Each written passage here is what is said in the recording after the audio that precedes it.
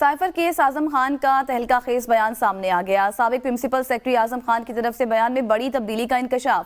اعظم خان کا کہنا ہے کہ مجھے نہیں معلوم ریلی میں لہرایا جانے والا صفحہ کیا تھا۔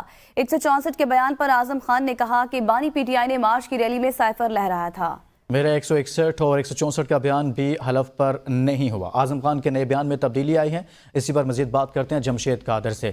جمشید، کہیے گا اعظم خان نے کیا اپنا موقف تبدیل کیا ہے؟ کیا تبدیلی آئی ہے؟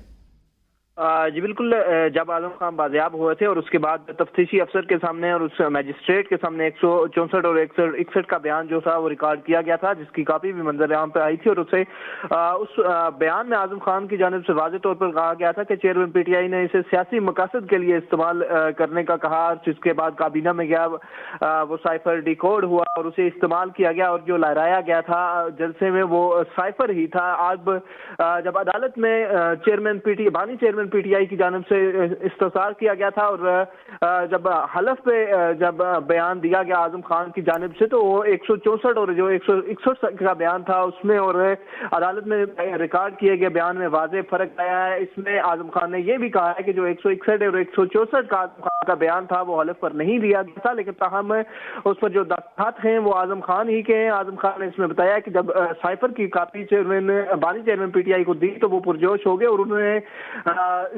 بتایا کہ یہ جو امریکی حکومت نے اس میں بلنڈر کیا ہے، جو سائفر کی کاپی بھیجی ہے اور اس میں جو اندرونی ایکٹرز تھے اس کے حوالے سے بھی ذکر کیا، اور اس میں ایک اعظم خان نے یہ بھی کہا ہے کہ بانی چیئرمین نے یہ کہا ہے کہ اس کو ایکسپوز کرنے کے لیے استعمال کیا جا سکتا ہے۔ تاہم اعظم خان جو بیان بانی پی ٹی آئی کے حق میں جاتا ہے وہ اس حوالے سے ہے کہ جو کاپی لہرائی گئی تھی 27 مارچ کے جلسے میں، وہ میں نہیں کہہ سکتا کہ وہ اعظم خان کی جانب سے کہا گیا ہے کہ وہ جو لہرایا گیا تھا ایک ورقہ اور ایک پیج، وہ سائفر نہیں تھا۔ بہت شکریہ، جمشید قادر بتا رہے تھے۔